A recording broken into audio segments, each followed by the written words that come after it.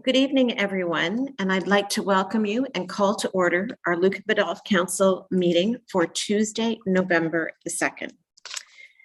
I have to let everybody know that we've had two additions to the agenda, and they are 12.6B, the sand storage facility RFP results, and the 12.6A, and this is a Parks and Rec report, and it's the soccer field complex engineering services.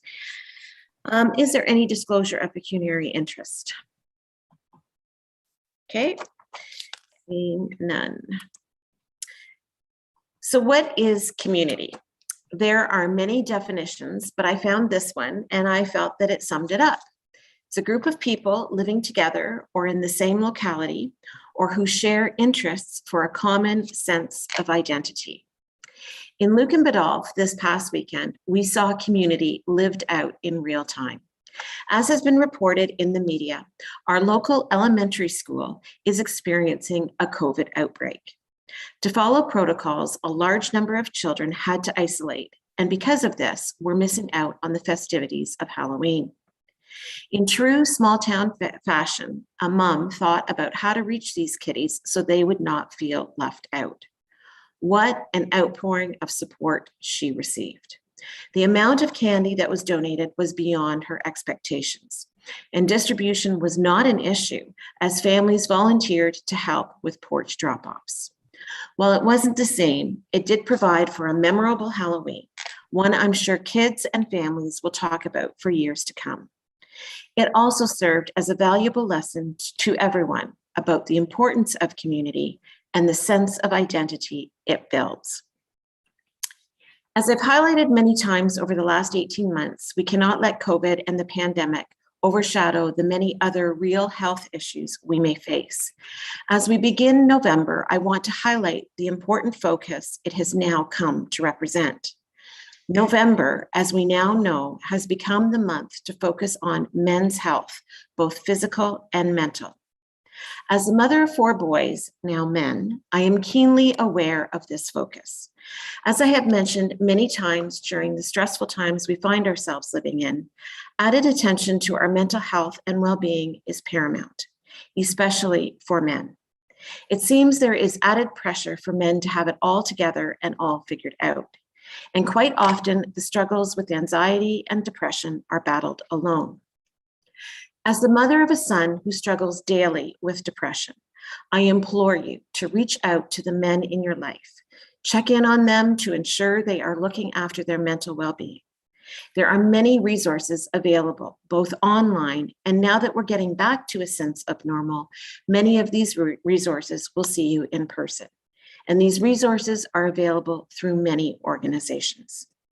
Please take the time to do the research and find the resources that support your local your loved male family members. At the very least, regularly check in with them so they know they have a safe and supportive sounding board. Men must be aware of their physical health. My father passed away not from, but with prostate cancer. And I would encourage men to have frank discussions with their healthcare providers. While there is controversy about the testing for prostate cancer, it is evident that prostate cancer can be cured when detected and treated early. When prostate cancer is detected early, tumors are more likely to respond to treatment. You are always your own health advocate. So men, or to the men in your life, pick up the phone and speak to your healthcare provider about your health and your health concerns. Okay, we do not need to go into closed session. We don't have any public meetings, but we do have a delegation this evening. And I'm pleased to welcome to our meeting our friends from the Lucan Heritage Society, and that's Sheila Hodgins and Jackie Martins. So it's great to see you ladies this evening. And it looks like Sheila has unmuted herself. So I think you're taking the lead on this, and I'll hand it over to you. Okay. Well, first, good evening. And on behalf of the Heritage members, I would first like to once again thank the township for their 2021 donation to the museum. So thanks again. So I'd like to take this opportunity to give you an update on our 2021 successes and our plans for 2022. And I'll be as quick as I can. There's a lot of them. First of all, we were able to open our museum this year for 6 weeks, thanks to our museum supervisor, Thomas, and his staff. Tina, is Tina here? I don't see her. Tina. She was going to put up. She's just off there camera. You are, Tina. Can you put up those 3 photos? I actually have more than 3. I've got 5 photos. Yeah, but just the 3 now for now. Are you doing that, Ron? Yeah, I was going to do that. Do you want the one with the members of staff standing in front of the building? Which one are you talking about? Oh, you can put that one up first. Sure, that's kind of fun. This is, yeah, our COVID-free staff. Yeah, that's kind of cute. And then there's a couple more of the inside of the museum. Okay, let me just bring up that one. Here's the first one. Yes, yes. So, yeah, so we were able to open our museum for 6 weeks, thanks to Thomas, and they worked tirelessly producing creative ways to make the museum COVID safe, not only for our visitors, but for our members, volunteers, and staff.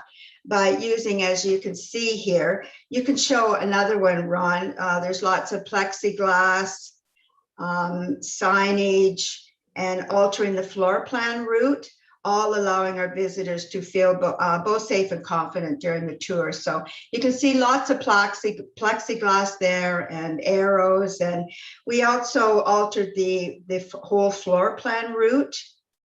So I'd also like to point out that in 2020, we applied for, oh, no, not yet, Ron, take that one down. Yeah. The last one back, yeah, take it down. Okay, too early. Okay, so you can take those down now. Okay. Thank you. Okay, so I just wanted to point out one thing, and that is that we applied for a museum assistance program grant, and we received $10,000 in 2020. So this money enabled us to remain active behind the scenes, not only designing a COVID-safe museum, but allowed Thomas the time to apply for many other grants, all of which allowed us to open our door once again in 2021. And the $10,000 also saved us from a significant loss in 2020. So that was a pretty important grant. We changed our days of operation from 6 days to 5 days, Wednesday through to and including Sunday from 11 to 4.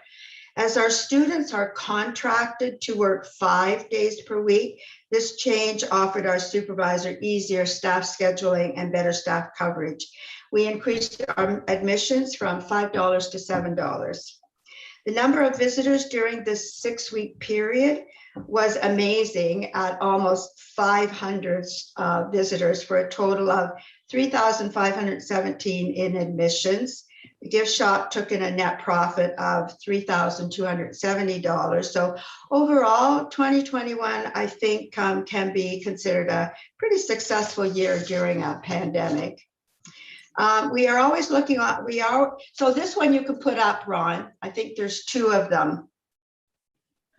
Okay. And those are the last 2. Yes. We are always on the lookout for new artifacts, and this year we were able to obtain a historical dog tread wheel. Our visitors were really drawn to this artifact and found the history of the wheel fascinating. The tread wheel was used to power a cream separator on a farm at Whalen's Corners. A dog, and a real dog, not like the fake dog in the picture, a real dog would run in the tread wheel to power the machine. And apparently the dogs loved the task so much that a board had to be placed in the wheel as a brake to prevent them from running when the wheel was not in use. So it's on display in the barn. So I invite you to come have a look. It's a pretty amazing artifact, and it's huge. It was quite the feat to get it moved from Godrich to Lucan. So it is on display.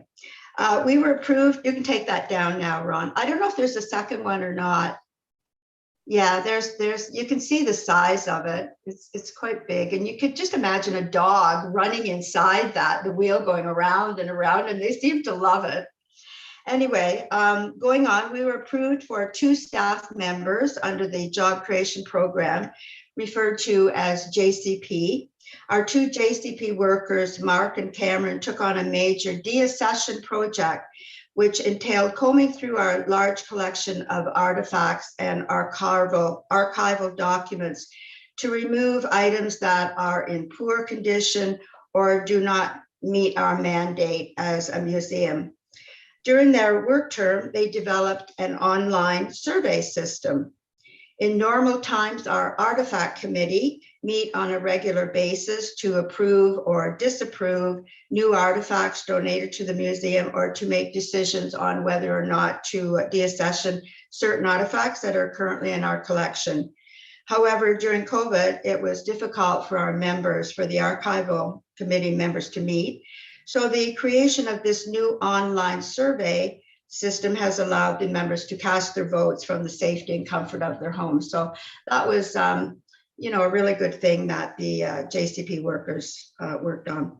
Completion of the JCP project has allowed the museum to really clear a fair amount of storage space, which allows us to welcome exciting new artifacts and objects whose provenance and history pertain more directly to Lucan and the surrounding areas. So this extra space will also give us room to potentially rotate future displays. So that's all a good thing. A very preliminary virtual tour of the museum was designed, and we had 3 virtual tours this year. We know that virtual tours are the future of museums. We are finding that teachers are preferring virtual tours as an educational tool rather than going through the expense and hassles of organizing a bus tour, a bus load of high energy students for the day. And we have seen them many times, and they are high energy. So virtual tours would certainly eliminate some of that. So it is therefore our mandate in 2022 to design standardized virtual tours. We plan on submitting another JCP grant for 2 staff members who will work solely on developing and designing professional and educational virtual tours. One on Wilberforce, one on the Donnellys, of course, and perhaps 2 or 3 for the schools, depending on the grade levels of the students. To this point, we've had a few discussions on pricing, on how to not only market the product, but how to ensure the tours are open for viewing for paying customers only. One easy method would be maybe giving our customers a passcode to view, and then delete the passcode after viewing is complete. There are also companies that will maintain the system for us, so this will be checked out as well as perhaps other options, with cost of course being a factor for us. We have approved and updated Lucan and Area Heritage Society bylaws, and our museum supervisor will be working on updating our policy and governance papers, all in preparation for applying for a Canadian Museum Operating Grant, referred to as CMOG, which I'm sure you guys know about. This has been on our list for a few years now, so hopefully we can apply for this grant next year. We took part in Lucan Summerfest. We took part in the Irish Benevolent Society's Irish Heritage Day at Fanshawe College. We have been in touch with Hidden Trails, who are going to design a new escape room for us, which we hopefully plan on opening in 2022. If not, we have the design so we can set aside until 2023 if necessary. It is our plan to move forward with our rock and roll extravaganza on June 10, 2023 in the new, larger hall of the newly renovated community center. Let's hope. We also plan on hosting another Christmas home tour in Pioneer Tea in 2023. We haven't done that for a long, long time, so we thought we'd bring that back. I have 5 homes lined up so far, so hopefully they're still residing in their homes in 2023. We are only at the initial stages of planning, but we may have an exciting new fundraiser for 2024. Hopefully, if achievable, we will have more information for you next year. I just wanted to impress you all here by letting you know the following grants that were completed and approved in 2021. So we, the Ontario Job Creation Partnership, referred to as JCP, for 2 positions for 42 weeks each. All their salaries were paid by EI, thus no expense to Heritage. We also received approval for an equipment budget of $8,590 to complete this project. Another one, approval from the Canada Emergency Wage Subsidy Grant, which reimburses 60 to 70% out of pocket salaries. Year end 2021, we will have received $11,472. So as far as we know now, it does stop as at year end 2021, but you never know. $5,000 from the Tourism Adaptation Fund, which is administered by the Southwestern Ontario Tourism Grant. In order to receive this $5,000, we had to spend $6,250 in total before taxes in order to receive the full $5,000, but still a great deal for us. $7,000 from Young Canada Works grant for 1 museum registrar for 18 weeks. 75% of the wages are paid by Young Canada Works. 25% is our expense. $13,000 from the Canada Summer Jobs for 3 positions, 1 museum interpreter for 8 weeks, and 1 museum interpreter and 1 media events coordinator for 9 weeks each. The wages are fully paid by this grant. $1,500 from Heritage Organization Development Grant, referred to as Hodge, and we do get that every year. We have been approved every year.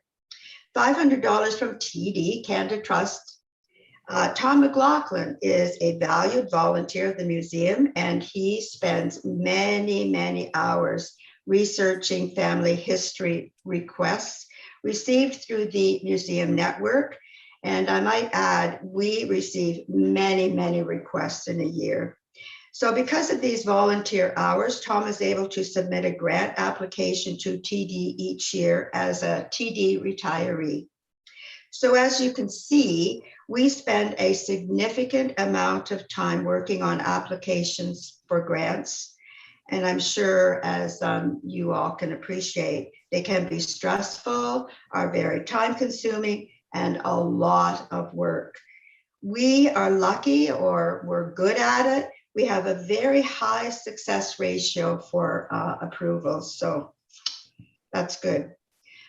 So before we go to the financial part of the museum, I just want to say, in spite of the COVID restrictions, we have managed to safely continue to uphold our standards of hard work and dedication to keep the museum open. Our standards for excellence did not diminish because of COVID. It did not beat us. We did it. We opened up. Look, what does that mean? Sorry, that was me. We miss Lisa DeBoer here, so I didn't. Okay, I just said got it. So, so you each received a pre-mail copy of the financial statement for 2021. It's pretty self-explanatory, and the format of this report is really doesn't change year over year. I included year-end 2019 just to give you, yeah, there you go. I included 2019 just to give you a better comparison year over year since we were closed in 2020.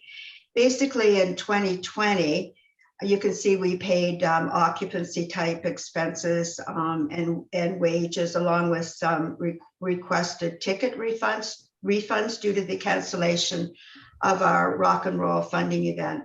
I also wanted to show you full year 2021. So I estimated revenues and expenses for the months of November and December. So for 2021, our revenues came in at $73,888, very much due in large part to the township donation of $15,000, Lucan Lions $2,000, IBS $600, wage subsidy grant of $11,472, the Museum Assistance Program COVID operating grant of $5,000, Hodge grant of $1,500, and the donation of $500 from TD Canada Trust. So that helped significantly with our revenues.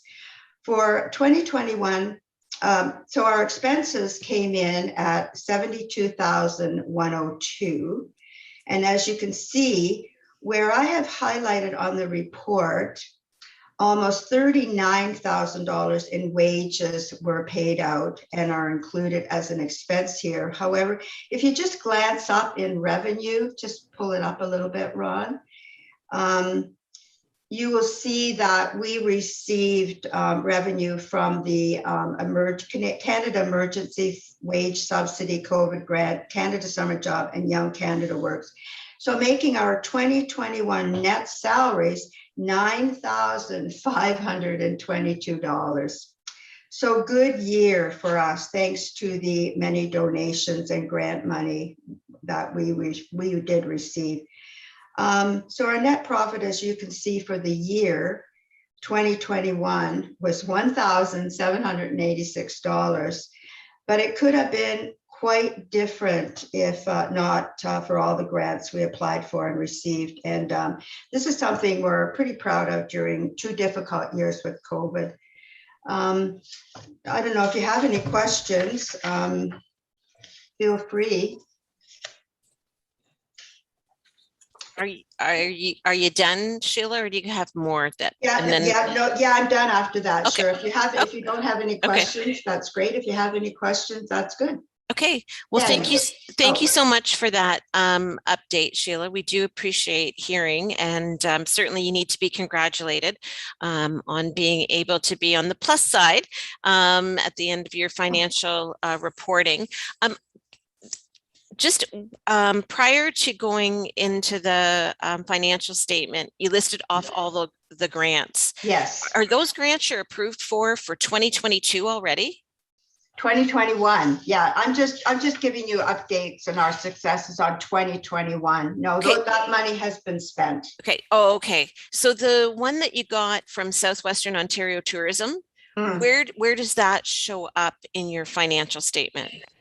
It shows up on the in 2021. It's part of the 17,800. Oh, okay. So that's how much we got from all the different grants. Yeah. Okay. Yeah. And the townships is included in that one Yes. as well. Okay. Yeah. Okay. Yeah. Good. Yeah. No, congratulations and on all of that. And, you know, a big thank you and shout out to all your volunteers, because for the most part, while you do have a number of employees throughout the summer and with your museum curator, we all know that much of the work is done by volunteers, so of which you and Jackie head up. So congratulations. Daniel, I saw your hand up, or Councillor Regan. And I just wanted to add one other thing, Kathy. Sure. You asked about the $5,000. It's shown on its own line under Museum Assistance Program, COVID operating grant, the $5,000. So that was the one from SWATC, from the Southwestern Ontario Tourism. No, sorry. The 5,000 is shown in the 17. Yeah. Yeah, it is. That one is a different, that's the COVID operating Right. grant. That's a different one. Yeah, Okay. yeah, yeah. Okay. But it is there up in Okay. the donations part. Okay. All right. Yeah. Thanks. Councillor Regan. Thank you. Thank you, Sheila, and thank you, Jackie. I heard so many positive things from friends and family that went and was at the museum. So I appreciate all the work the Heritage Society's done. I have a couple of inquiries, though, if I could. When you're talking about the virtual tours, just somebody that has like a anthropology, archaeology experience and background, I'm just a little concerned about virtual tours. That's not something that's going to be exclusive or people, because there's nothing like actually going there and seeing Oh, things for no. real. No, not, absolutely not. It's mainly, I would see mainly the schools, a lot virtual tours for the schools and for seniors. Seniors maybe in a nursing home or, I can see things like that. Yeah, but oh no, tours are definitely, coming into the museum and touring the museum and looking at it in person definitely cannot be replaced by a virtual tour. Wouldn't you agree with that, Jackie?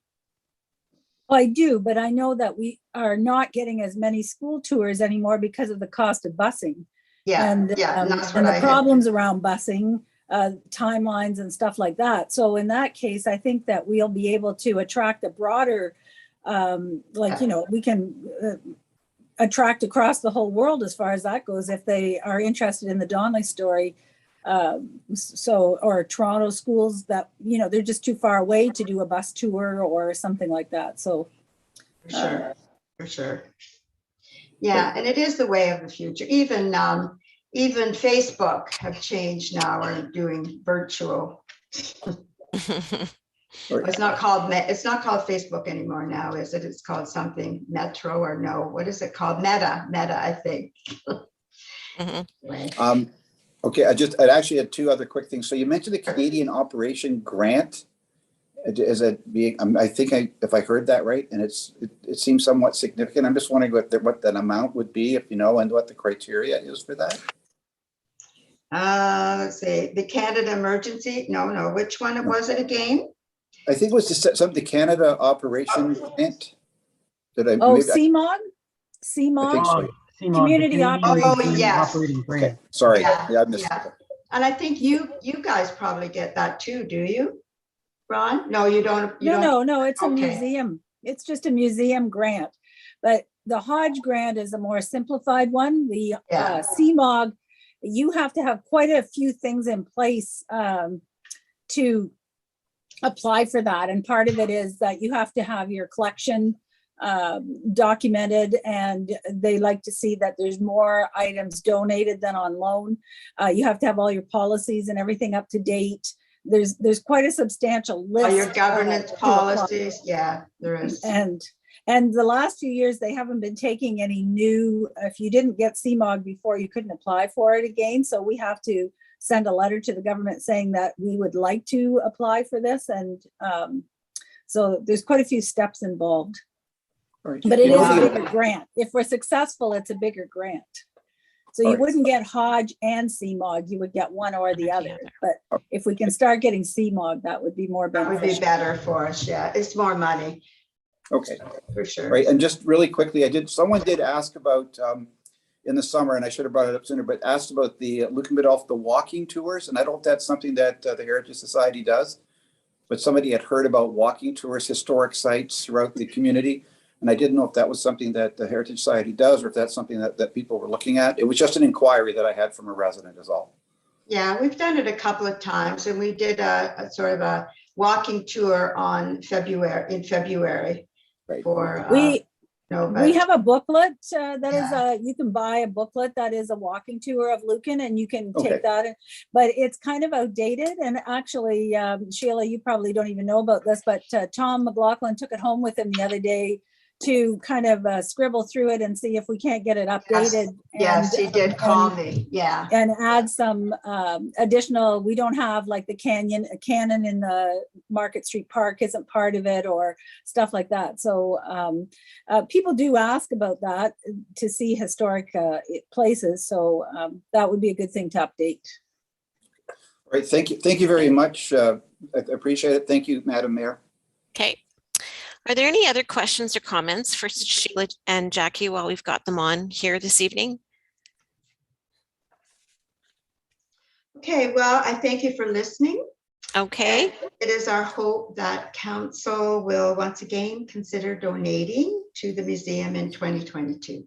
Okay. Well, thank you so much, Sheila and Jackie. We will certainly have that discussion at budget time, but we appreciate you joining us this evening, and have a good rest of the night. Okay, Okay, thank you. Great, thank you. Bye-bye. Can I get a mover and a seconder to receive the Lucan and Erie Heritage 2021 financial statements as information? Councillor Westman and Councillor Reagan. All opposed? And that's carried. Moving on, you've got the minutes in front of you from October 19th. And if nothing has to be amended to those minutes, I would ask for a mover and a seconder to approve the minutes as circulated.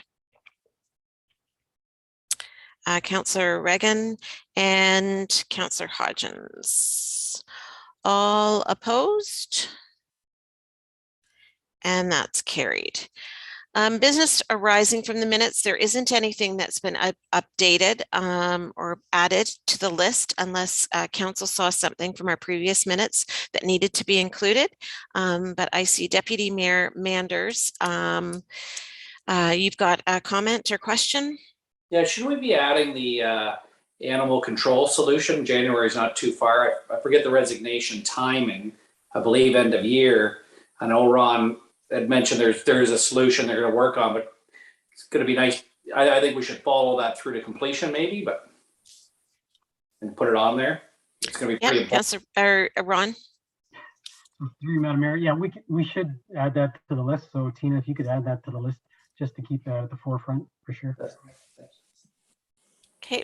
Is there anything else that council would like added to business arising? Okay, then moving on to our correspondence. And the first item up for discussion is our annual letter from OMPF regarding our allocation for 2022. And actually, I'll have Catherine speak to this. Thank you. So this is just a bit of good news for us. We got our allocation notice and the amount increased 49,000 over last year. Whereas last year we lost, we received $5,000 less than the prior year than that. So in all, it's a good news story for us. So we'll put that in the budget and that'll help. Yeah, that is very helpful for sure. Thank you. Any questions on that? Okay, there's a number of other items that have been listed in correspondence. None of them have been highlighted or asked to be pulled. Is there any items that council would like to pull to discuss? Councillor Reagan. Thank you, Madam Mayor. I was reading, it was 10.9, the Blue Water Recycling letter. Yep. I just wanted to maybe ask a question or maybe just bring this to council's attention. Just in the first paragraph, it says, it's speaking about having the best market prices in history, but it continues to struggle with difficult labor market conditions and excessive contamination of recycling bins. And I'm just a little concerned about that because I feel that if people are paying for a service, and the point of recycling, of course, is to recycle. And I think it's more important that that we're doing that. It just seems that this was a concern, and I believe the deputy mayor brought this up before about the contamination and recycling and the fact that people aren't just doing it properly. I'm not sure as a municipality, if there's or a township, if we can do something to educate people a little bit better, but it just seems to me to be a waste if you're recycling and we're not doing it properly. It's almost, why are we paying for this sort of thing? Not, what I'm saying? It seems like we're not doing it, we're just contaminating it and we're not being able to recycle. So I don't know if there's a comment or if somebody can answer that or if there's something we can do with that. Deputy Mayor Manders. So Daniel did send an email out, but I was going to answer that during my when I brought up Blue Water Recycling. We had our meeting last week, but I'll talk about it now then, if that's Okay. all right. Yep. Yeah, no, actually, they figure they earmarked the expense to about $1 million actually this past year on contaminated recycling. And it's interesting. It's not just, it's also downtime. The downtime, I went from 90% to about 85% in a daytime or throughout the course of a year. What basically what that means is literally people, putting a solar tarp in the recycling bin or a bowling ball.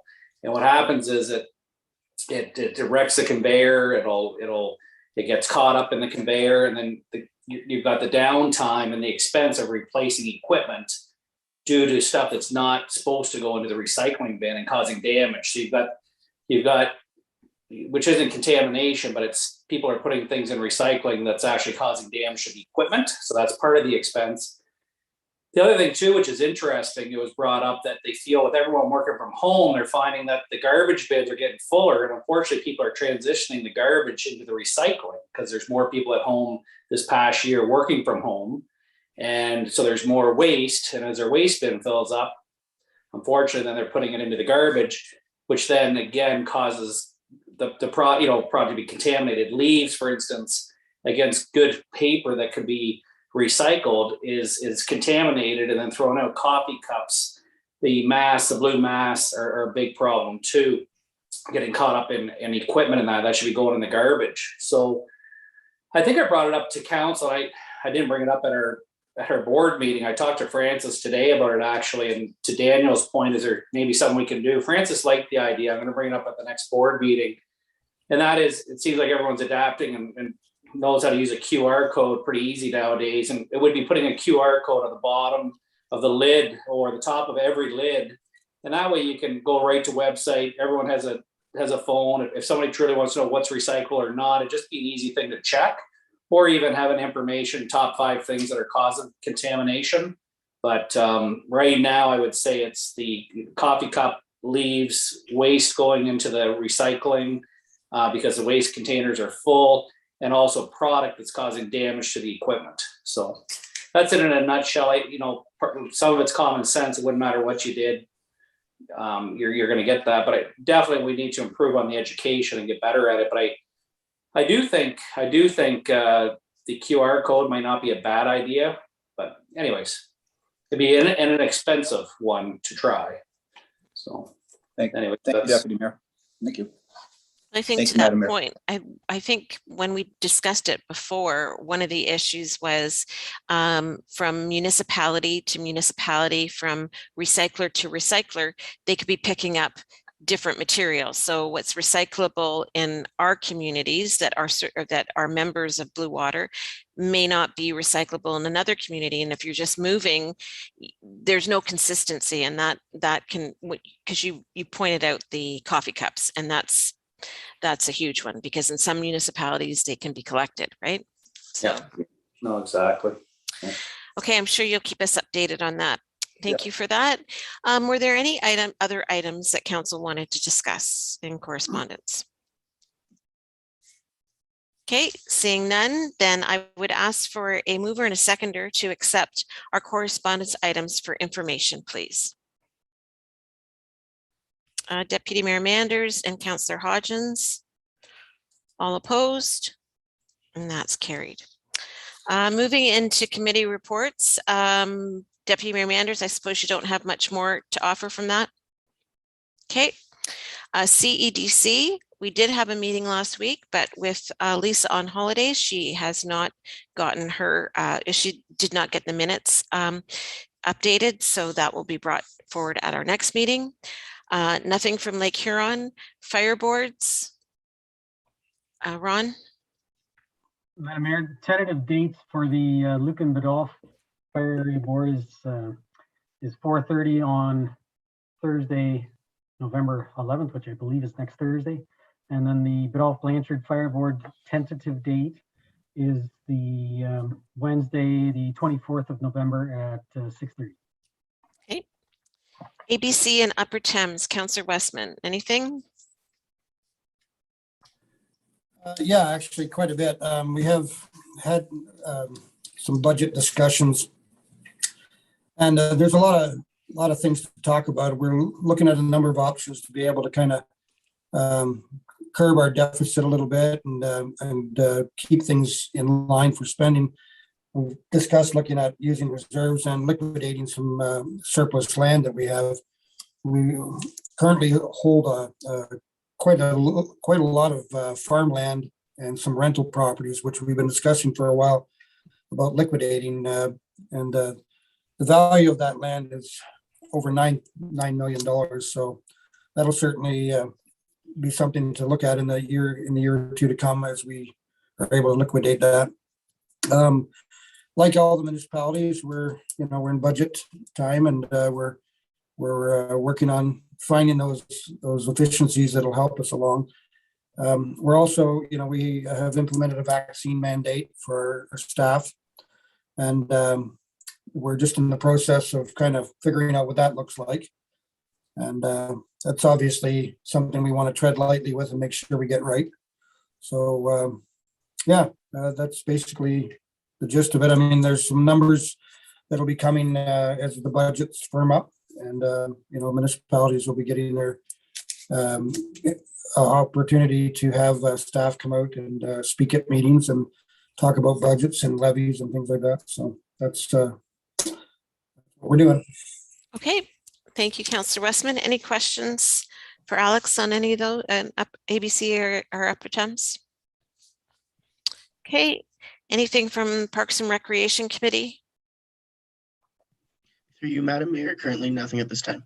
Okay, great, thank you. Moving on to staff reports. Ron. Thank you, Madam Mayor. So I was off on holidays for the past 2 weeks, so I really don't have any updates.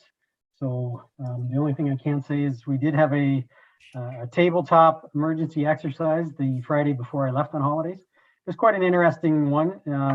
So the tabletop exercise, actually the scenario was a prolonged power outage, and we had to set up warming stations and things like that. So it was actually quite a productive and good session to have. So there's going to be some follow-up stuff coming out of that.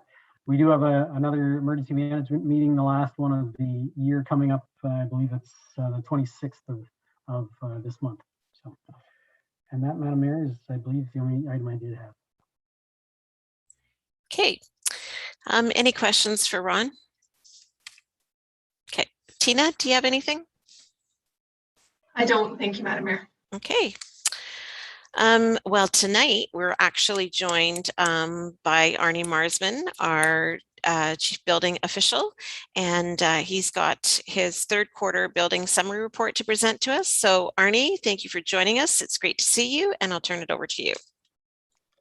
Thank you, Mayor, and good evening, Council. Thanks for having me today. I'm here to present to Council a third quarter building permit report. And as with early reports from the last 3 years, we are continuing with strong building permit activity in Lucan Biddulph. There is a typo, a little correction on the report I'd like to present to Council on the first page. Fees paid to Middlesex Center should be over the first 3 quarters, not the first half. Have totaled 64,000. So just to make sure that's clear, that that's what's paid to us over the first 3 quarters. I've provided some comparison tables, summary tables of what we've seen this year. This year to date, we've seen 126 building permit applications. Of those, 55 new dwellings have been created. The table 2 kind of shows a comparison with the year ends. I don't have third quarters from the last 3 years, but I do have year ends to compare. And these have been the busiest years Lucan have seen since Middlesex Center have provided building permit services to Lucan Biddulph. So that's over the past 20 years. We are keeping pace, and even last year we had 75 dwellings in a 23-unit apartment building. We anticipate another 23-unit apartment building to come through very soon. Hopefully in the next week or so, we'll have another building permit for that. So again, this year's number is reflecting what we've seen the last 2 or 3 years, very strong. If there's any questions, I'm happy to answer them. Okay, great. Thanks for that, Arnie. Any questions from Council on the report that's been presented? Deputy Mayor Manders. Hey, Ernie. Just wondering, how's the process of approving? I forget the software, what it's called. I think we've been on it all year this year. Can you talk about that just a little bit? How it's being accepted, or what your thoughts are? Yes, so we are using Cloud Permit. Cloud Permit, formerly known as Evolve or Evolta. Middlesex Centre and Lucan Biddulph were amongst the first municipalities in Ontario to use this software, and we really tested it out for the manufacturer. It's a software that has come over from Finland and has taken over 60 municipalities in Ontario are using this now, and it's spreading across Canada. I've spoken to building officials in Manitoba and in British Columbia, and also now it's branching down into the States. It's been very successful here in Ontario, and the partnership we have with North Middlesex, Southwest, and Adelaide Metcalfe has been very strong. We're all using this one software. So if you're a builder in Lucan Biddulph, your files, you can request an inspection on this on the same screen, whether you're in Lucan Biddulph or Middlesex Centre or North Middlesex. It's all there for the builder. It saves them the travel time to municipal offices. It's a great communication tool we have, and the builders have told me that they really love it. The continuous challenge is for the one-timers, whether it's somebody building a deck or a pool or a shed or a grain bin. Some people don't want to use the technology, and they don't need to. If they want to submit the paper application, staff can enter the information into Cloud Permit and work with Cloud Permit, but also the old-fashioned way with the farmer or the resident. They can request inspections via phone or email. But it's got a number of great characteristics that we really benefit from. Good to hear. Thanks. Yeah. Any other questions or comments for Arnie while we've got him here? Okay, well, thanks very much, Arnie, for joining us. That was a great report. Good news story as always. So, or I guess for the last few years at least. So appreciate that. And we'll look forward to the year-end report, which will only go up from here. So thanks very much, Arnie. Great. Can I get a mover and a seconder to receive report number BD-03-2021 for information and with the amendment? And of course, as Arnie said, that was to reflect 3/4 of the year, not half the year. So with the amendment, Councillor Regan and Deputy Mayor Manders, all opposed, and that's carried. Okay, moving over to finance. Catherine, you've got 2 reports this evening, so I'll turn it over to you. Thank you, Madam Mayor and Council. The first report is regarding credit cards. Basically want to explore the expanding our payment options to include credit cards for our residents. And a couple of things came up when we were looking at this, because we're implementing the Perfect Mind software, which is the new facility booking software, which will hopefully be coming live in the next few months. And in that, one of the features in that is people can log on, book their rentals through the system, and then pay right away with their credit card. We've also seen an increase in requests to pay by credit card by residents. I think this has to do with because of the pandemic, people are wanting to come to the office. They're looking for other ways to pay or quicker ways to pay, or that they allows them to make up their own extended due date, I guess. But also a lot of requests from legal, from lawyer office that asking for tax certificates. I think a lot of people have that remote workforce still, so to get a check cut within that setup is a bit more difficult. So they're asking just to pay that fee by a credit card. Also seeing a trend in other municipalities that are starting to accept credit cards as well for different services, or they're implementing a similar facility booking software that's why they're bringing on credit cards. And also there's other municipalities that are larger ones that are moving to different kinds of virtual town hall types of things, and are looking at implementing credit cards to assist that as well. But we're not doing that right now. So So one of the things that, like traditionally, municipalities didn't accept credit cards because of the fees.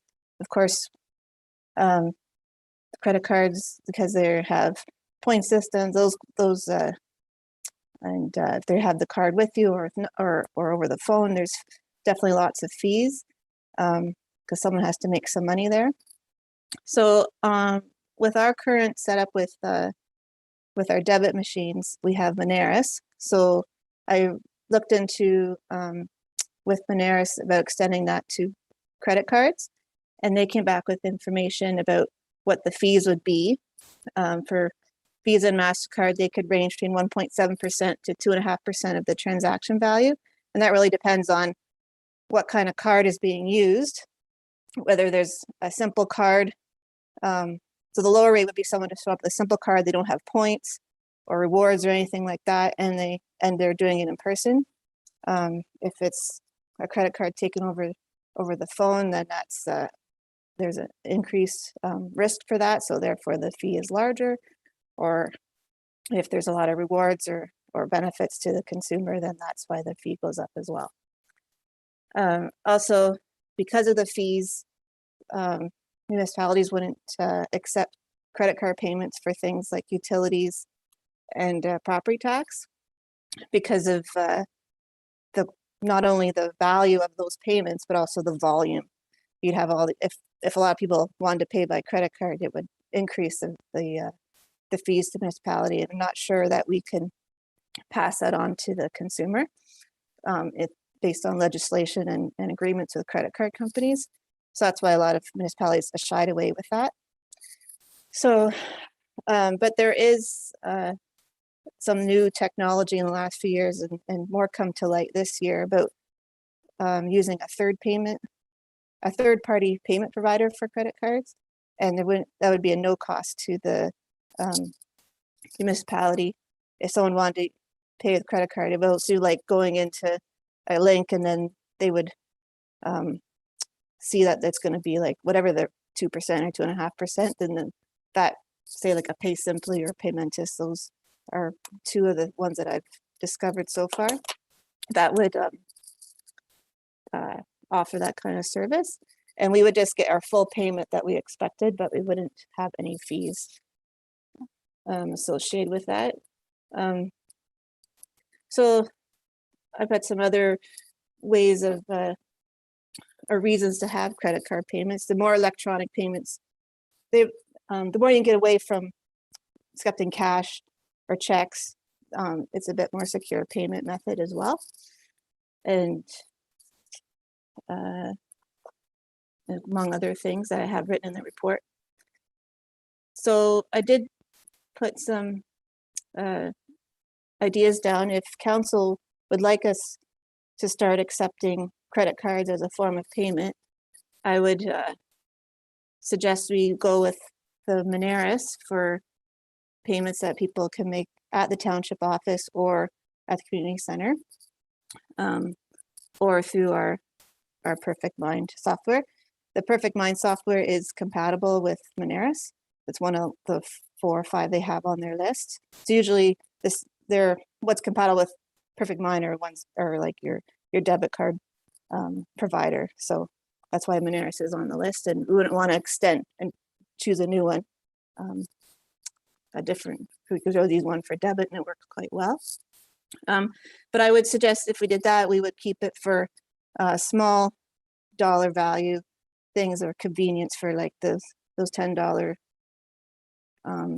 signature fees or marriage licenses, things that maybe around a $200 amount or less, or small balances that people want to pay, except for the facility payments that they're doing through Perfect Mind.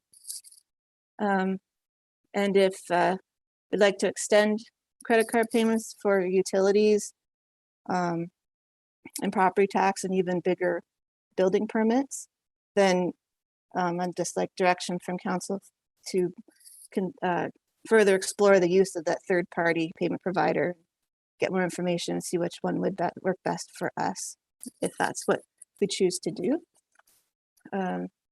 So to set up the Moneris, to extend Moneris for credit card payments, there's a few costs there that I have listed. As well, we would update our existing terminals, which would be the same cost or better cost with those new terminals would allow you to take credit card payments easier over the phone and have different processing, less manual processing with that as well. Just better, newer technology. So I think that's all I really want to say about credit cards. Just so at this point, I have a recommendation there if council wants to move forward with that, or not extend the use of credit cards, or hear your thoughts on that. Okay, thank you for that report, Catherine. Comments, questions on what has been presented? I guess my first question, just so I'm clear, so the way your recommendation is written, the one bullet point would be that council directs staff to explore the use of third-party payment provider for property tax and utility payments. So that would be in the event in your report, you indicated that you get a number of requests from lawyers' offices asking if they can use a credit card. So until we explored that, they still would not be able to use a credit card to pay their transactions, for their transactions. If we approve this, it goes into implementation, whatever, tomorrow, for the sake of discussion. Lawyer calls on Friday, the lawyer still can't process a payment for property taxes to close out a mortgage or a sale. Not for property taxes or utility payments, because given the cost of that would be, we have to absorb that fee, and depending on the value of that would be a lot. They still could use a credit card if they want to order a tax certificate, which is mostly what the request we get for, which is gotcha. way smaller dollar value. Okay. And that they could do that over the phone through when we implement Moneris, it opens up a virtual terminal that I can give to certain staff that can process that over the phone if needed for those kinds of things, but not for property tax. We'd want to put them in. Then you'd want to look at the third party. Okay, all right, thank you. Any other comments or questions? Councillor Hodgins. Thank you.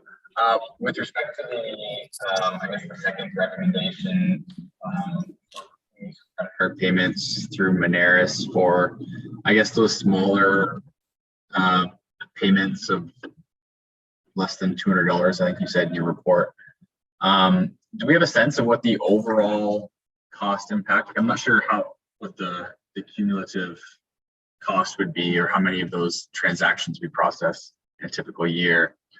Do we have a sense of what the overall scale of the cost impacts would be from that? I did run a few smaller numbers today. I didn't get a good total, but didn't seem to be very significant. I would say if everybody paid by credit card for marriage licenses, fees, like the $10 signature fee, $25, things like this, I think I came to a number is less than $5,000, way less. And that's if everybody pays that way, based on current volumes. So as far as those things go, I didn't put a number together for what would have impact would be for through the Perfect Mind, like facility bookings like that. Probably on average, it'd be like 2% of those. What other municipalities have done in regards to that, they would just they would up their rental fees and things to kind of absorb some of those costs. And then everybody's paying for it instead of the user. Couldn't know if we can really pass that on to the consumer. That's helpful. Thank you. Okay, thank you for that. Certainly that would be, I guess, considered an administration fee. And then when we go to look at some of our fees, you could take that into consideration for sure. Any other comments, questions? Certainly. Yes, certainly, Catherine. I was just going to say, like, if we implement it, then I would certainly monitor what those fees are and then come back with either a strategy to either absorb those or what other options we could have if that's the way we went. Sorry. No, thank you. No, and that's good information to have. Certainly, I think this is a good step forward. I mean, your background certainly indicated that this is a request that you've heard. So it would seem that this would be a service that we should probably consider. Okay, one last call for any comments. Okay, seeing none, you do have the recommended motion in front of you. It is a bit longer, but I'll just read it for the benefit of those watching. That council receive report FIN-16-2021 and that council approve the use of credit card payments through Moneris for municipal services, as well as for facility bookings in Perfect Mind, and that council directs staff to explore the use of a third-party payment provider for property tax and utility payments. Can I get a mover and a seconder for that, please? Councillor Westman, Councillor Hodgins, all opposed? And that's carried. Bless you. One quick question. Just now that it's passed, when will you be accepting, when do your guesstimate you'll be accepting the use of credit card? I would reach out to Moneris and this week and see when they're able to come and implement that for us. But she said by the time they start, it would take 1 to 2 weeks to get that up and going. So from that point, but I would definitely put out a notice on social media or newsletter, those kinds of things, stating that or update the website as well at the same time. So definitely start of the new year for sure. It sounds like. I would hope so, because if Perfect Mind goes forward in even in December, but I don't have it set up before then. Gotcha. Thanks.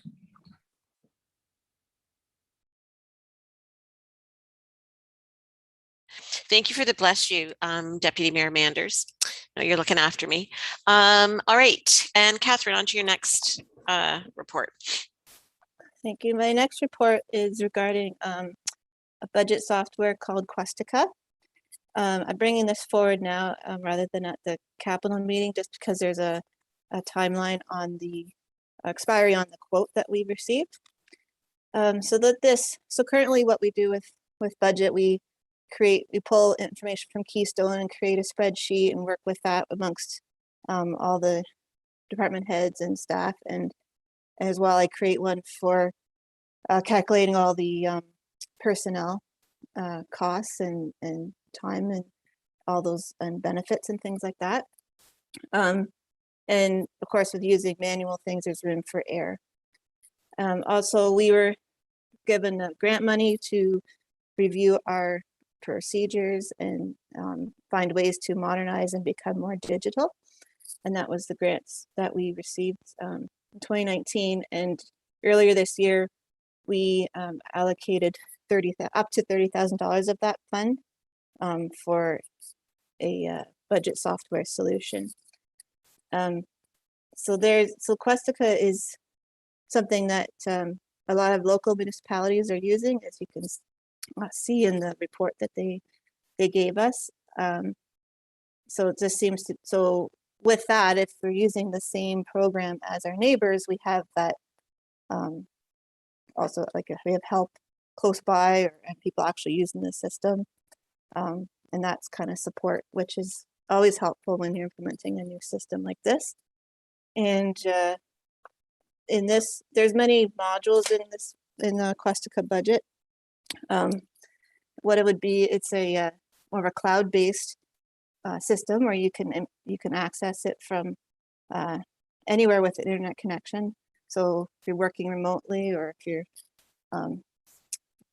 those kinds of you don't have to be connected and be on a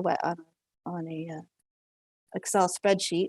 And as well, all the department heads would be able to go on their own time and put the numbers in themselves, and as well add notes without me having to update the main spreadsheet, and then key all that back into Keystone. Questica and Keystone would talk to each other, and that would be for the budget process. But also, Keystone would also update Questica with actual numbers, and you'd have that information at your fingertips real-time comparisons, budget to actual. And there's an option to extend that so you can have as many users. So all of council could have access to it. They can go on and click buttons and see pictures and drill down to different notes and how things are going. And then if further extension for that, you can open that up to the public, but I wouldn't suggest that going until we get comfortable with it.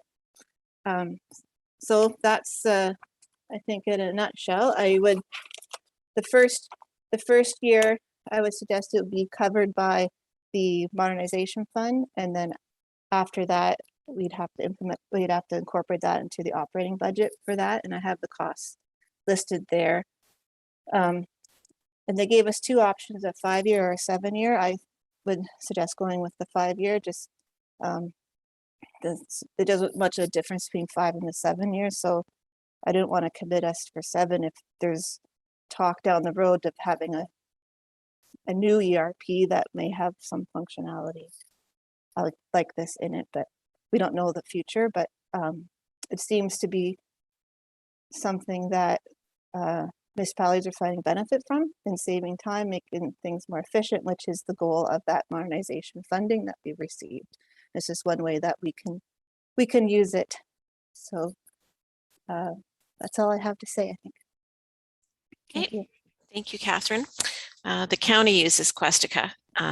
Last year it was still a hybrid model, but I think this year it's full-blown Questica. So I'll be anxious to see how that is rolled out. Any questions or comments on this report? Okay, seeing none, then you've got the recommended motion to approve the implementation of Questica budget software for a 5-year term as outlined in report FIN-17-2021, and a mover and a seconder for that, please. Councillor Regan, and a seconder, please. Deputy Mayor Manders. All opposed, and that's carried. Okay, do you have anything else, Catherine? I just want to mention that the capital budget meeting has been set for Thursday evening, November 18th. You would have received an invite yesterday or today for that. So we'll have more information coming obviously before that meeting. So. Okay, thank you for that. Awesome. Okay, no planning, so we'll move over to Jeff with Public Works. Good evening, Madam Mayor. I have 2 reports tonight. The first one is on Ridge Crossing. The second phase is ready for assumption. We've been working towards it for the last year. Everything's been finished up, and the subdivider's engineer has supplied a certificate of completion to the township. We've done a full inspection. So there were some minor things that needed to be fixed up, which were done. As well, there's a couple of areas that, due to work in the next phase, we've outlined that they're going to be included in the second phase of the townhomes along Nicholson Street. So in phase 2, we'll be finishing off, we'll be assuming the rest of Gilmore, Nicholson, Hardy, and Hardy Court. They'll all come into the township and be part of our road network. So budget-wise, financially, there will be a little bit of a small increase. We'll start taking over, cleaning catch basins, that sort of thing. We already plow the snow, so it'll be a minor increase in costs. And we do already collect the taxes for this phase, so we are gaining the revenue there. So to finish off the assumption, council needs to pass a bylaw for the assumption, and for the roads, there will be a second one for the roads that Tina's made up. So I'll put that forward to council if they have any questions on that. Great, and I see the Deputy Mayor's hand up. So is that Hardy Court? Is that where they're still continuing to build houses? They got just down on the final end down there. I think there's 2 or 3 houses just being finished up. That's correct. Yeah. there's no concern about any road damage or anything? That's all guaranteed by the engineer. So he lists that, Deputy Mayor, so that any of those spots at that area, say the curb is cracked or there's any damage to the road or the curb stop, that's listed as something that is still that he has to warranty. And then, were you aware of, about a month or two ago, I got a call and I don't know if it got straightened out, and just curious of any water, like sinks and showers close to that area where they were draining very slowly? No, I haven't had a report of any slow drains in that area. No, because I know there was some concerns. They were going to call the builder. It was two people side. I don't want to say the name. Two people side by side, and both of them were having issues. It's on the street. Just come out of that. Just trying to think of, it's Hardy, I think, road there, just off the court. And I know there was a couple people having issues with water draining. I can let you know the addresses if you want. Yeah, I can definitely. I don't know if that's a concern of ours, like assuming the roads and the subject, like if we're assuming it, right? If I don't know if we don't do any checks and balances on it, then that's fine. I just don't know how we know if everything's being.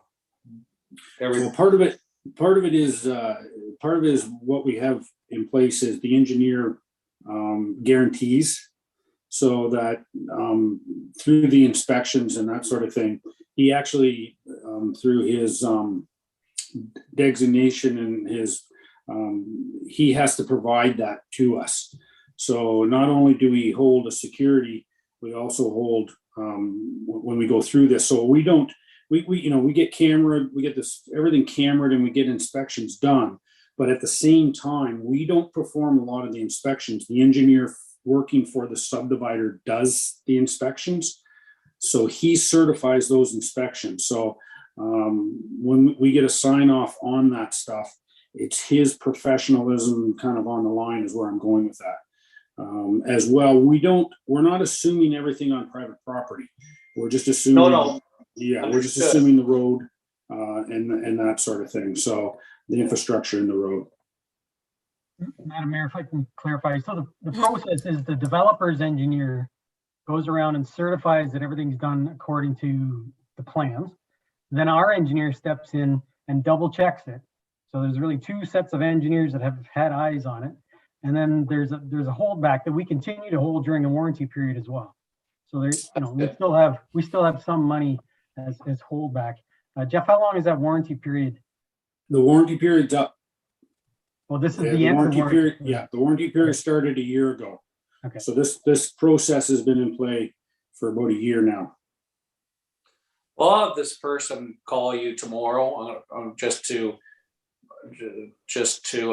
come to light recently. So again, if it's their property, I understand what you're saying, but if it's up higher, there's an issue within the pipes that we're going to assume ownership of or maintain. I mean, that would be a concern of mine if they've done nothing and just going to let this happen. If it's correct to what's saying, so I won't hold this up from passing, but I'm going to certainly have them call you. I'll certainly give you the information tomorrow.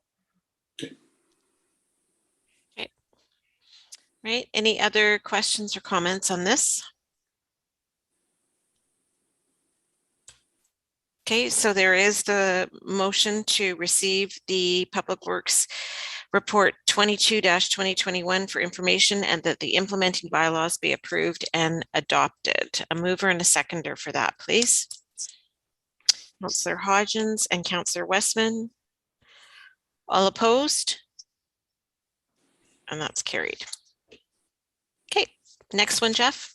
And I'm not sure, Ron, am I going to go with the sand and salt shed one right now? Yeah.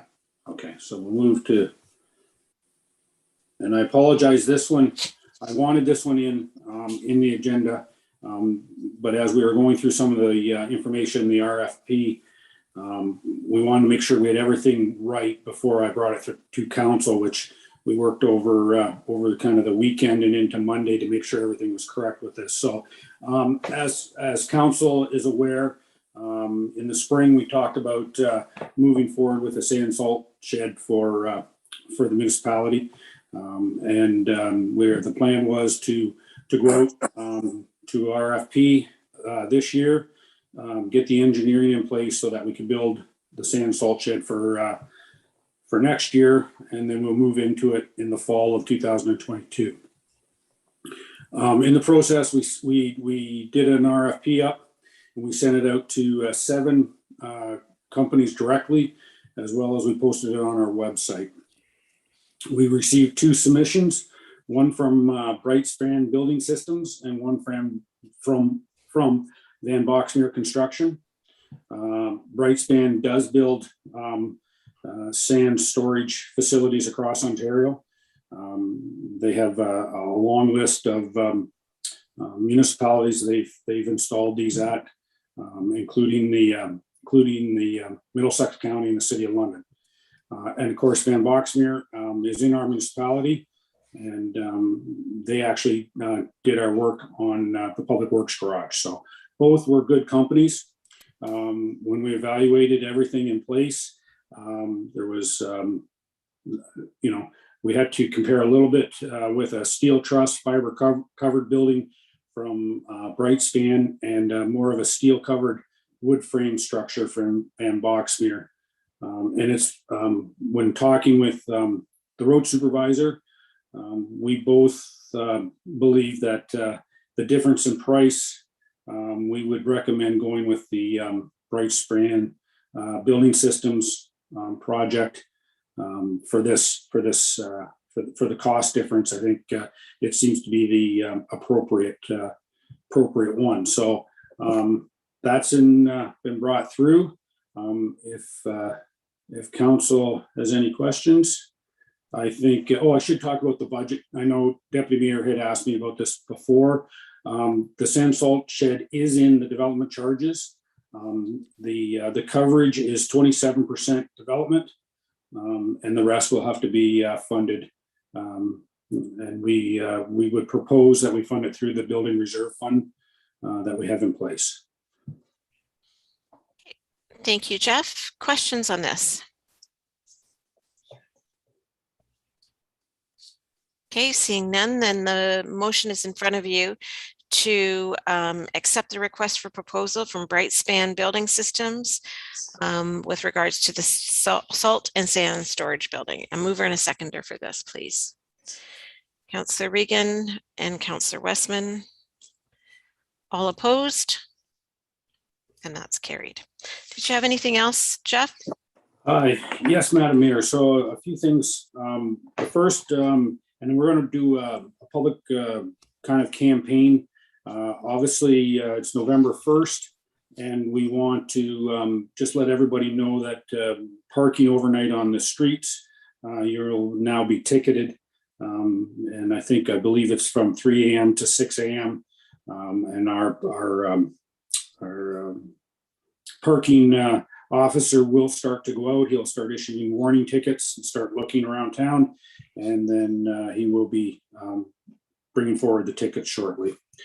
One of the items I just want to touch base with, and I think Alex or Councillor Westman brought this up to me, we did have a little bit of, the county does our line painting, and on Fallon Drive, we had some of the paint ran on us. So the county, I was in discussions with the county. They were painting, and there was a quick little shower came through, and they did have some of the paint run. They're going to repaint it. I haven't heard of any problems from that, but they are going to repaint the lines to make sure that the reflective beads didn't get washed off the road. So I just want to make sure, because if you get a question about that, it does look a little bit like a little messy up there. We did have a meeting, and I think the mayor sat in on the meeting too. We did have a meeting with the Lake Huron pipeline, water supply pipeline, board, and we're working towards with them to try and figure out how that board is going to take form in the future. One of the things that we're talking about, there's a couple of different items, but one of the things that they suggested is that municipalities get a legal opinion on this. So I think as a council, you'll be receiving more information shortly, as well as the mayor will be talking with some of her associates. And I've already talked to some of the PWE managers in the area. And if we can join up together and get some of the legal opinions together, I'm sure that will save on some of the costs in that process, and we can kind of work together on how we want to come up with this. So I just kind of bring that up because it's going to come forward, and there's going to be a lot of different information come through in the next year on this. It'll be a process that just slowly keeps coming to council. So Madam Mayor, I don't know if there's anything else. I think you covered it. I think the next big thing that would come to council is going ahead with finding a legal opinion. Yeah, I would agree. Yeah. The outside staff, we're starting to prepare for Christmas lights. So I think if you've seen the bucket truck around town, they're starting to put some of the arms and stuff up. So thoughts are out there that we'll be getting ready for Christmas lights shortly. I had a meeting with the county and Dylan Consulting on Sainsbury reconstruction. We've got a preliminary drawing completed. There's a few changes the county wanted to see. And when we get those ready, we'll bring something forward to council so we can have a bit of discussion, and particularly when we move into budget deliberation shortly, you'll want to see what we're looking at there. So the inspections on the water reservoirs were just completed. Good news, there was no urgent problems. They seem to be very similar to they were in 2016. The one item, I don't have the reports yet. I just have a verbal update on them. The one thing I'll be interested in seeing will be the condition of the water tower paint on the outside. So there was drone footage taking of the outside of the tower. So I know we can see a little bit of rusting from the ground. It's a fine line. You don't want the rust to take over, but at the same time, it's a very expensive process to repaint that tower. So we want to get as much life out of it as we can without getting past the corrosion point. So that was just completed. And it's done every 5 years. So 2016, we just did it in 2021. So other than that, that's my kind of update right now. We've proceeding. We're ready for winter. We've had our winter meetings. I hope to have an update on council, report to council on our winter policy or procedures, I should call it, more than policy. We've and outlined what we're doing this winter. It's not changing. It's the same as we've done in the last winters, but I'd like to just have a discussion at council so everybody knows what's going on. So that should show up in the next week or two. So our council meeting, the next council meeting, the first one in December. Okay. Great. Thanks for that, Jeff. It's good to hear you are all ready for winter. When I was walking the dog this morning, there were actually some snow pellets out there. So it is around the corner. Any questions or comments for Jeff at this point in time? Councillor Regan. Thank you, Madam Mayor. Jeff, when you mentioned about the water tower and just any corrosion and I guess everything was okay. Are we going to do it in 5 years or are we going to do it every year now? The inspections and through the mayor, the inspections are technically recommended every 5 years. But when we get this, when we get the report that will come to us, we'll have a better idea of when we want to do another inspection on the outside. I'm assuming that we'll end up, because these things we have to plan in the 5-year capital plan, that when we get this information, we'll be able to get it in the books that are we looking at a year or 2 years out before we have to paint. But generally, we won't go back for another inspections because they send submersible subs like units through the reservoirs and they film everything inside out as well. We really don't need to do that it just needs to be done every 5 years. All right. Thank you very much, Jeff. Thank you, Madam Mayor. Okay. Any other questions or comments for Jeff on what he's reported? Okay. All right. Thanks, Jeff, for that. Moving on to Parks and Rec. Paul. Thank you to you, Madam Mayor, as well as Jeff. This report came in late as the tender opening was on Friday. However, we wanted to get it in this council package as we are eager to get moving on this project. The purpose of this report is to award engineering services for Lucan Biddulph Soccer Complex. On October 15th, 2021, we requested proposals from qualified firms to provide geotechnical, architectural, design, and engineering project management for development of our new Lucan Biddulph Soccer Complex located at the 16 to 17 acre parcel at the end of Campanelli Way. We only received 2 proposals, one from Dillon Consulting Limited for $110,761 and BM Ross Associates Limited at $52,800. So after reviewing these proposals, staff had to go back and verify that the scope of work proposed was equivalent to make sure no items were missed as there was such a large price difference. We verified that it was submitted properly. And with that, we'd also like to demonstrate the proposed timeline from BM Ross. They'd like to get started early November, have a startup meeting to obtain the CAD drawings. November, December, January would be design. Late January would be tender. Early February award contract. March begin construction, start earth moving, and August construction would be complete. And based upon that, the recommendation to council would be that we would award to BM Ross the engineering services for this project at $52,800. Okay, thank you, Paul. Questions or comments on this one? Councillor Regan. Paul, just wondering, but the once this is awarded and they start with this design, is soccer being consulted on this? Yes, it's recommended. And sorry, I should ask soccer and Parks and Recreation Committee as well. We can have Parks and Recreation members be part of this as well. To expedite the process.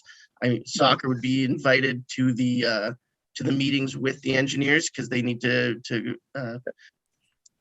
accurately determine what their needs are. We can also bring it to the Pratt Committee for any comments as well. All right, thank you very much. Thanks, Paul. Thank you, Madam Mayor. Okay. Any other questions or comments? Councillor Hodgins. Thank you. I just want to confirm the engineering services included in this RFP. Is that then design work, like detailed design, as well as the inspection and contract administration? Yeah, it's geotechnical, architectural design, engineering, and project management, and for the whole project. That includes tendering as well. Gotcha. And one follow-up, if I may. Yep. Just noting that we just only received 2 proposals. Just wondering if there's it looks like there was 5 companies invited to submit proposals. So I assume that the township has a roster of qualified engineering consultants that get circulated. I'm just wondering if there's maybe an opportunity to look at expanding that in the hopes of maybe getting more proposals or just kind of more competition in this process. I think part of this was in the RFP, their experience with the township of Lucan Biddulph was part of the request, but that I would put to Ron for that answer there. I don't see there's a problem. Ron, yeah. I can answer that quickly. So Councillor Hodgins, we've dealt with all these various engineering firms before. So certainly if there's other engineering firms, we would welcome an opportunity to deal with them if they want to contact us. I guess the other option would be to, just put out a complete request for proposal wide open. The problem is we have limited staff to deal with these kinds of things. We need, we don't have an engineer on staff. Poor Jeff is a little stacked up now. So, you know, certainly we can do anything that council wishes, but there's some staff time that has to be considered when we do these things as well. So, you know, I was a little disappointed we only got 2. I was certainly thinking we would get at least 4, but that obviously didn't happen. You know, it appears that a lot of the companies are very busy right now. So I don't know. I guess at the end of the day, we're happy we got 2. So It should be noted, we did get 2 plus 1 that said that they did not feel that they could submit a competitive proposal. Good to note. You okay with that, Councillor Hodgins? Thank you. Okay. Any other questions or comments on that? Okay, seeing none, then you do have the recommendation to award the RFP for engineering services to BM Ross. So can I get a mover and a seconder, please? Councillor Westman and Councillor Hodgins. All opposed? And that's carried. Do you have anything else, Paul? Yes, a few verbal notes. The ball diamond lights will be beginning in the next few weeks. They had some slight delays on product delivery, as seems to be every project at the moment. The community center playground is now complete. The final slide that was also delayed came in today, so it's up and ready for all the young residents to enjoy. They've already been all over it, which is great. They're quite happy with it. We've been new update for the vaccine policy for the community center. Obviously, as of October 31st, all residents 12 and older are required to show proof of vaccine. There's no more exceptions for coaches, volunteers, players. Everyone 12 and up is required to show proof of vaccine. As well, we're also closely monitoring the COVID situation at Wilberforce, as you know, a lot of kids that attend that school also come to the arena. We've been working closely with the health unit to ensure that there's no issues with our operation or any concerns regarding the outbreak and our operation, and they don't seem to have any. So we're just closely monitoring it and making sure everyone's safe who comes to our facility. As well, thank you to Councillor Regan, the Scouts, the ABCA, and other youth volunteers who were able to help with the planting of the stormwater rain garden around the Campanelli retention pond as part of the Habitat Stewardship Program. It was pretty muddy, but we got lots of plants planted. They don't look like much right now, but hopefully in the spring, there's gonna be some nice, beautiful plants out there. As well, important note, we did get an update from the Spreets engineers regarding the community center. The plan right now is to have tenders going out the last week of November, the tender closing second week of December. And with the uncertainty of supply and building materials, especially structural steel, they're going to have the contractors provide a projected completion date, as they don't want to dissuade potentially good bids. And I open it to council if council has any questions or comments on that. Any comments, questions?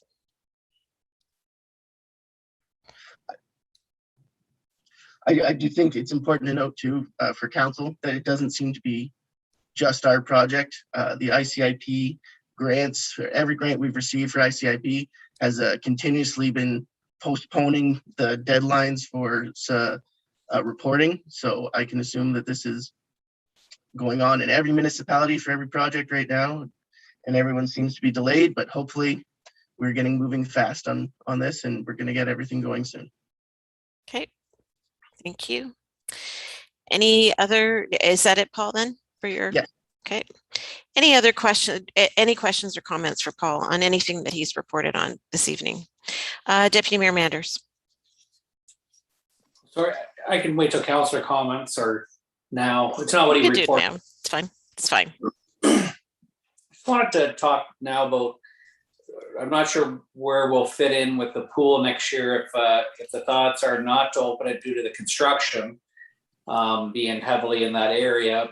Or if we are going to open it, that one idea I've been thinking of, I want to put forward to council and to Paul, is that we should start advertising now for lifeguards. And I think we should be, offering a, to pay if a person gets their bronze, and then if it's, I don't even know the cost nowadays, if it's $1,000, and at the end of each season for 4 years, at the end of season, that we would pay for that. They pay for it up front, but we incentivize them at a better wage, like you were increasing the wage, but also for the new teenagers that are getting their bronze, and doing that. But the first question is the thoughts on the pool opening. Was that always in the plans, or was that a thought that we wouldn't open it during construction?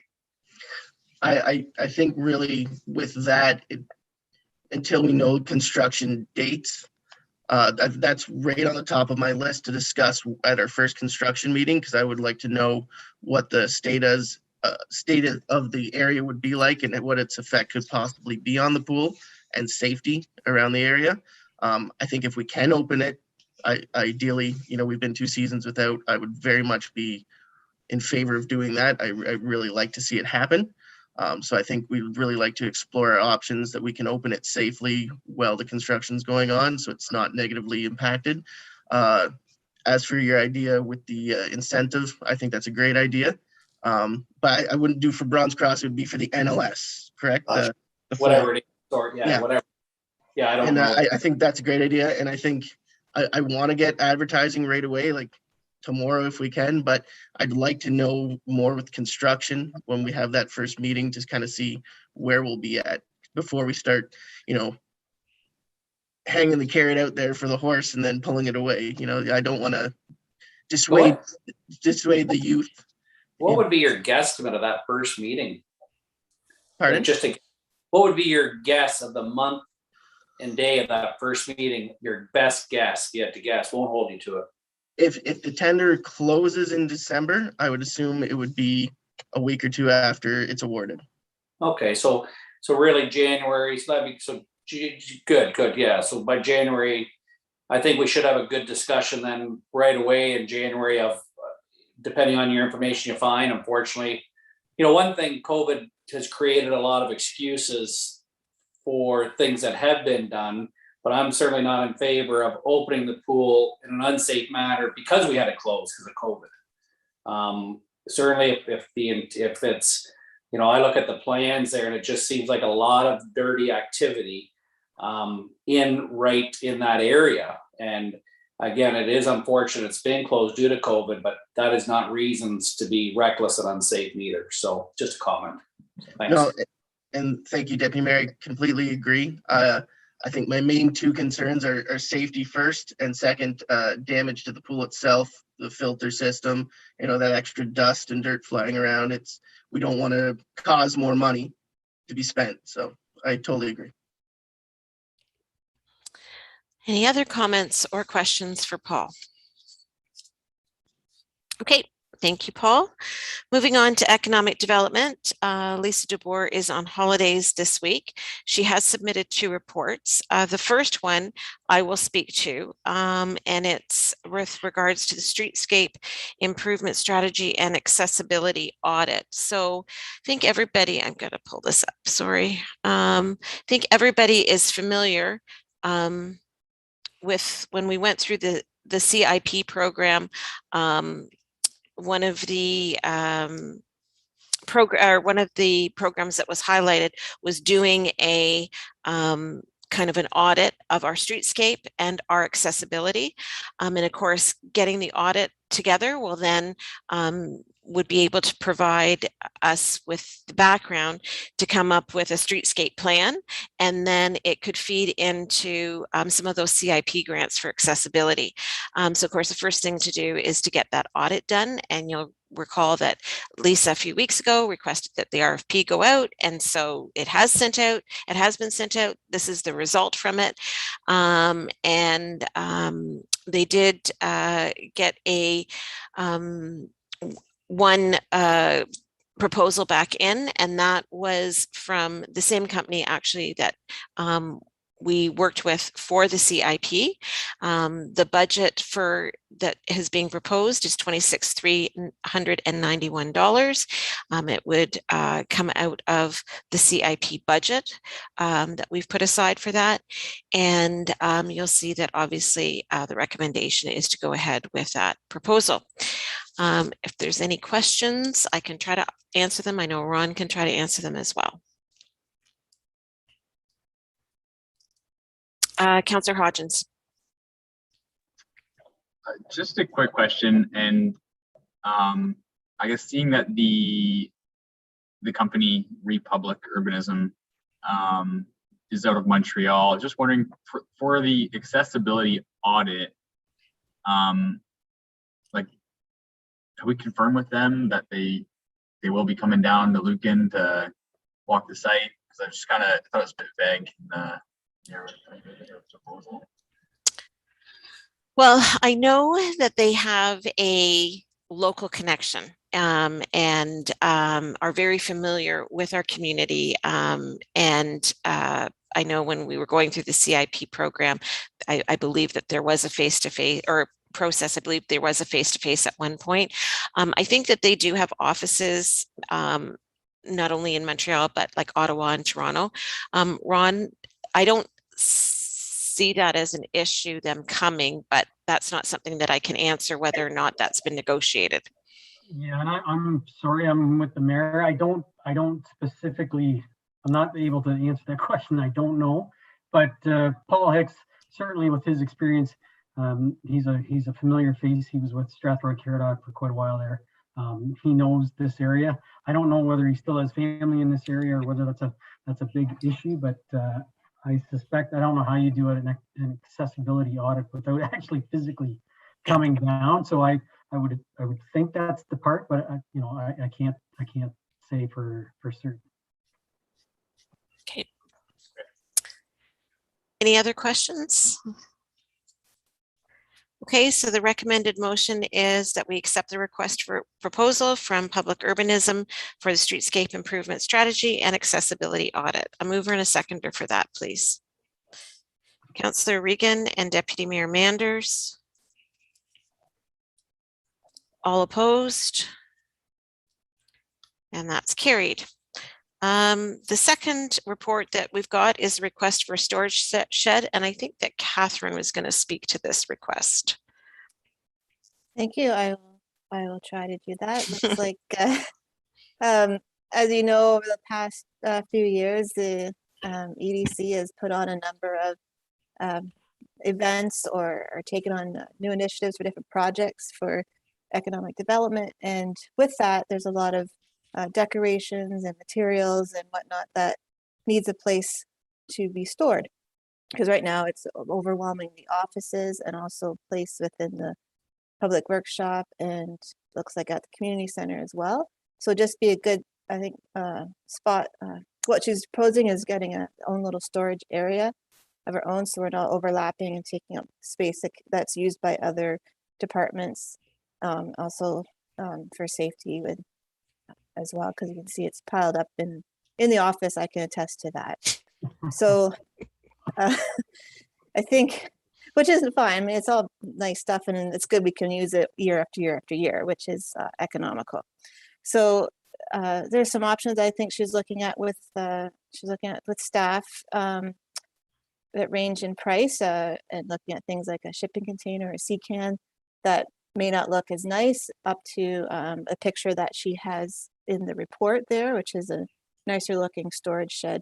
And the price on that is approximately $600 plus HST. There is some money put aside for the CDC reserves or deferred revenue, some leftover funding there that we could use towards this. That's the recommendation, or look to other funds, but she wants to get this in place before the winter so that the spaces that this stuff is currently being stored can be cleared up for other activities around winter maintenance and things. I think that's Catherine. Yep. Deputy Mayor Manders. Yeah, no, I think that's a good idea. It certainly seems like when there's events in the community. It's funny. The cleanup is basically fired in the closest back door, and then staff has to worry about it on the Monday, and it's touching multiple hands multiple times by multiple staff, and then Lisa even having probably to come back to deal with it. Would eliminate that, which is an expense too. So it is interesting because again, it's when you're people that are helping tearing down, it's just you open the closest door, fired in. It'd be nice to take it somewhere and have proper storage of the stuff. So my only concern is that, I just hope that this wasn't an opportunity to buy the shed, that it's the right size. I hope when we open it that it's not that, it just was a quick thing. It'll work, but it's not big enough. I won't like hearing that or seeing that if I open the doors. So if she's done her homework and that's the right size, I'm in favor of it, but we'll be disappointed if it was just an opportunity buy. Well, I think that comment can be passed back on. I mean, she hasn't purchased a shed yet. And then, the other option is, of course, the shipping container, right? So we can communicate that comment back to her for sure. But I think she's looking at least for the direction to look at some storage options. And I would agree with you, Deputy Mayor Manders, the fund meter is always lower on the takedown than it is with the setup. Okay, any other questions or comments on this? Okay, then the recommended motion is that we authorize the purchase of a shed or container for additional storage required for CEDC projects, and further that the staff are authorized to purchase a shed or container with CEDC reserve budget. A mover and a seconder for that, please. Councillor Westman and Councillor Hodgins. All opposed? And that's carried. Okay. Councillor comments. So I just have one, and Ron's going to help me with that.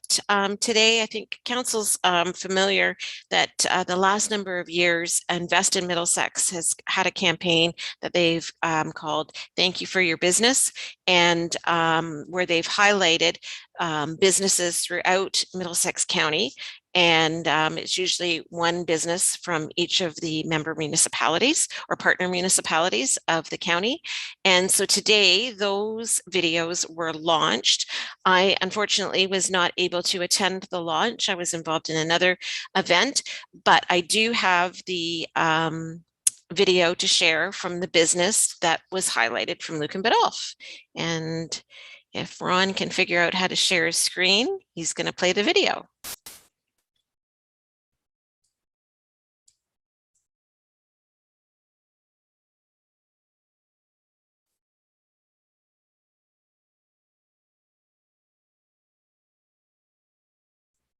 Oh, we can't hear you, Ron. And it's just the email that's up. Oh, we can hear it. We just can't see it. A little bit of everything. We got some trees, we got some water, we got some open field. Many of our backside holes have naturalized areas. You'll often see wild animals and birds, etc. on our course. So if you're coming out from the city, you see things you don't see at home. Gulfthorpe has recently purchased the entire property and has great plans for the future. Our staff prides itself on looking after our customers. So our customers treat us back with the same respect we give them. And they like having the local people because they know the local customers are when they come in. Well, we have the benefit of big city and little town. Being part of Middlesex County, we draw from the best of both worlds. We got everything from farmers to businessmen, and then we draw from the city. We have great staff to look after those people. The game of golf now is played by people of all ages. It's a social game. It's a skill game. Whichever you like best, that's what you should do. Especially because we look after, of course, our number one priority is to look after the customer. Okay, so the business that was focused or was highlighted, of course, was the Fox Golf Club. So I'll send the link out to council, and then you can, it also on the Invest in Middlesex YouTube page has links to the other businesses that have been highlighted around the community. But it is a great video, and it really does show the best of the community. So I would encourage you to take the time to watch those. All right, if there are no other councillor comments, then we'll move on. No changes to budget, any notices of motion? So now we'll move into our motions for the evening. And the first one we've got is that the Council of the Township of Lucan Biddulph authorize Alex Westman to attend the 2022,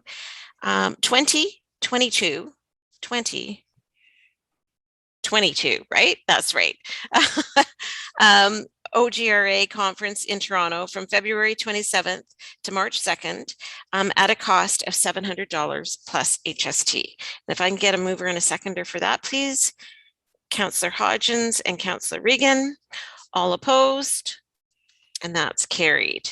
Then moving into bylaws.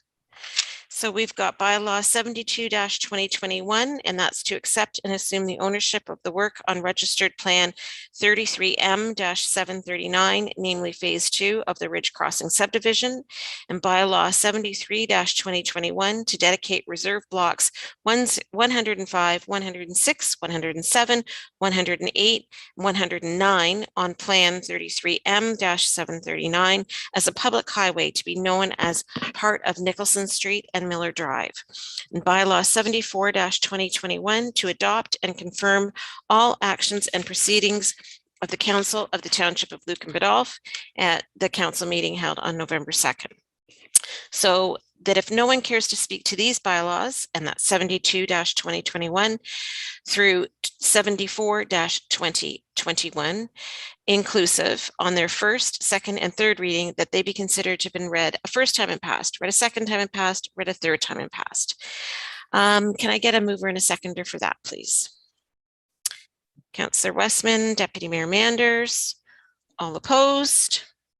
That's carried. Resolved that the council meeting be adjourned at 25 minutes after 8. A mover and a seconder for that, please. Councillor Hodgins and Deputy Mayor Manders, all opposed, and that's carried. Thank you very much. Have a great evening, and we'll see you in a couple weeks.